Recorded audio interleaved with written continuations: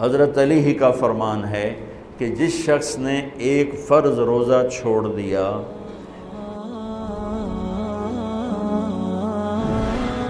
رمضان کیوں کہتے ہیں؟ رمضان کا مطلب ہے جل جانا، کس چیز کا جل جانا؟ صلاۃ الاوابین حین ترمز الفصال، نیک لوگ ایک نماز پڑھتے ہیں کب؟ جب اونٹ کے پاؤں جلنے لگیں، اونٹ کے پاؤں جب جلنے لگیں، اونٹ کے بچے کے پاؤں جب جلنے لگیں، تو رمضان میں جل جانا، اس کا روزے سے کیا تعلق ہے؟ اس کا روزے سے تعلق یہ ہے کہ 360 دن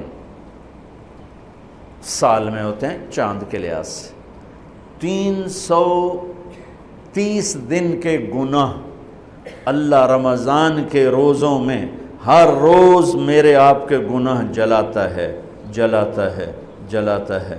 بھوک لگتی ہے ایک آگ بنتی ہے، پیاس لگتی ہے ایک آگ بنتی ہے، تو ہمارے لکڑی کی آگ میں چیزیں جلتی ہیں اور ہماری بھوک، روزے کی بھوک کی آگ میں گناہ جلتے ہیں، اور 29ویں روزے اللہ سارے سال کے گناہوں کو جلا کے روزہ والا یا روزے والی کو ایسے پاک کر دیتا ہے جیسے آج ماں کے پیٹ سے نکلا ہو، ایسے ان کو خوبصورت کر دیتا ہے۔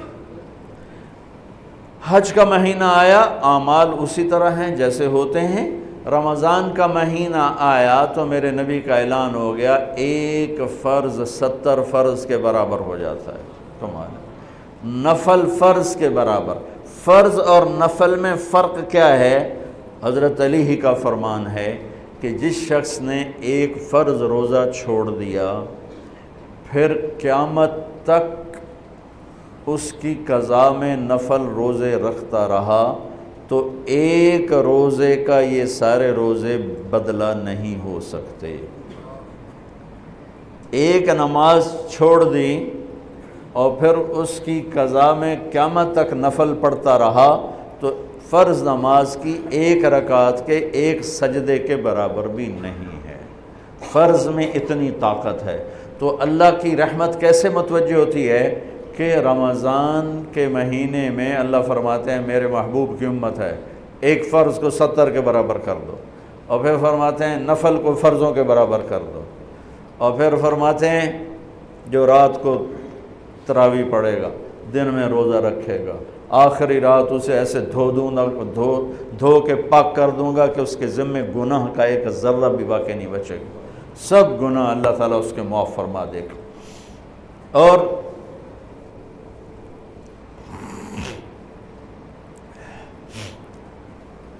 میرے نبی نے فرمایا من صام رمضان ایمانا و احتسابا، دوسری بھی من قام رمضان ایمانا و احتسابا، جس نے روزہ رکھا اللہ کی رضا کے لیے، جس نے تراویح پڑھی اللہ کی رضا کے لیے، اس کے پچھلی زندگی کے سارے گناہ اللہ معاف فرما دیتا ہے۔ رات کا قیام کسی امت کو نہیں ملا۔ دیکھو روزہ سخت تھا تو ان کا قیام اللیل نہیں تھا، چونکہ وہ اپنی کتاب پڑھ سکتے ہی نہیں تھے۔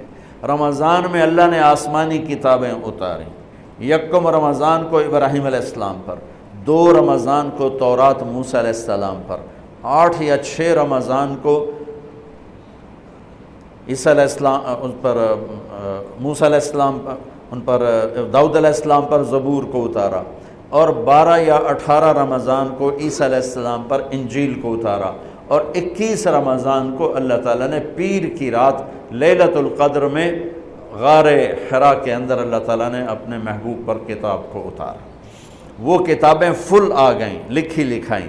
قرآن فل نہیں آیا، قرآن صرف ایک سورت کے 19 الفاظ آئے بس، اور پھر 23 برس میں قرآن اترا۔ کتنے انبیاء ایسے گزرے ہیں جن کے پاس جبریل زندگی میں ایک دفعہ آیا، زندگی میں جبریل ایک دفعہ، اور 1 سے لے کر آگے کوئی تعداد مقرر نہیں ہے، 100 دفعہ 200 دفعہ، لیکن آپ حیران ہوں گے ہمارے نبی پر جبریل 23 برس میں 24,000 دفعہ آئے، 24,000 دفعہ، جو ایک عجب العجائب ہے، عجب العجائب ہے۔ تو میرے بھائیوں، رات کی تراویح، دن کا روزہ، تراویح میں کیا ملنے والا ہے؟ میرے نبی کا فرمان ہے ہر سجدے پہ 1500 نیکی، ہر سجدے پہ 1500 نیکی۔ تھوڑی اپنی کاروباری مصروفیت گھٹاؤ، اپنی کاروباری مشقت گھٹاؤ، اپنے ملازموں کی بھی مشقت گھٹاؤ، تاکہ وہ تراویح پڑھ سکیں، روزہ رکھ سکیں، بشاشت سے پڑھ سکیں، اور اللہ کا فضل ہے ڈھیلے سے ڈھیلا حافظ بھی ہو تو 1.5 گھنٹے میں سارا کچھ نمٹ جاتا ہے۔ اتنی سی ہمت کرو میرے بھائیوں کہ افطاری میں تھوڑا کھاؤ۔ اگر تم پہلوانوں کی طرح شروع ہو گیا نا، پھر تو تم سے عشاء بھی نہیں پڑھی جائے گی، تراویح تم نے کیا پڑھنا۔ روزہ جسم کی فالتو چیزوں کو جلاتا ہے، روزہ ایک قوت پیدا کرتا ہے ایمانی شیطان کے خلاف۔ وہ کیسے پیدا کرتا ہے شیطان کے خلاف؟ اللہ تعالیٰ حلال کو بھی حرام کر دیتا ہے۔ جب بیوی کو بھی شہوت سے دیکھنا حرام ہو گیا اور یہ اس پہ قابو پا گیا تو اوروں کی عزت کو یہ حرام نظر سے کیوں دیکھے گا؟ جب یہ حلال کھانا چھوڑ گیا تو یہ جھوٹ کیوں بولے گا؟ یہ گالی کیوں دے گا؟ یہ غیبت کیوں کرے گا؟ جب یہ کان میں دوائی ڈالنا چھوڑ گیا کہ روزہ ٹوٹ جاتا ہے تو یہ اوروں کی غیبت کیوں سنے گا؟ اوروں کی برائی کیوں سنے گا؟ جب یہ آنکھ میں دوائی نہیں ڈالتا ہے کہ وہ حلق میں جاتی، وہاں سے وہ پیٹ میں چلی جاتی ہے، روزہ ٹوٹ جاتا ہے، تو یہ ان آنکھوں سے غلط کیوں دیکھے گا؟ یہ غلط کیوں کسی کی عزت کے اوپر اپنی بددیانت نظر کو ڈالے گا؟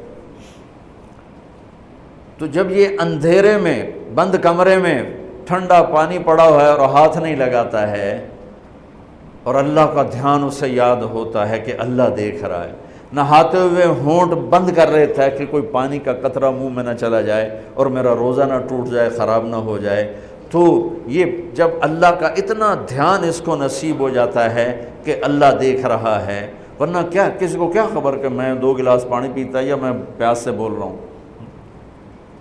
تو جب وہ اللہ کو اتنا اپنے دھیان میں لے آتا ہے کہ اللہ دیکھ رہا ہے، میں پانی نہیں پیوں گا، اللہ دیکھ رہا ہے، میں بیوی کو ہاتھ نہیں لگاؤں گا، اللہ دیکھ رہا ہے، میں کسی کی عزت پر بری نظر نہیں ڈالوں گا، اللہ دیکھ رہا ہے، میں کسی کی برائی نہیں سنوں گا، اللہ دیکھ رہا ہے، میں کسی کی برائی نہیں کروں گا، تو پھر جب یہ بازار میں جائے گا تو جھوٹ تو نہیں بولے گا، جب یہ تولے گا تو غلط تو نہیں تولے گا۔ ہاں یہ الگ بات ہے، بہت سے مجھے ملے کہ جب بس رمضان میں جھوٹ چھوڑ دیتے ہیں، اس کے بعد پھر شروع ہو جائے گا۔ رمضان میں رشوت نہیں لیتا ہوں، اس کے بعد پھر شروع ہو جاتا ہے۔ تو چلو شکر ہے 1 مہینہ تو مسلمان رہتے ہیں۔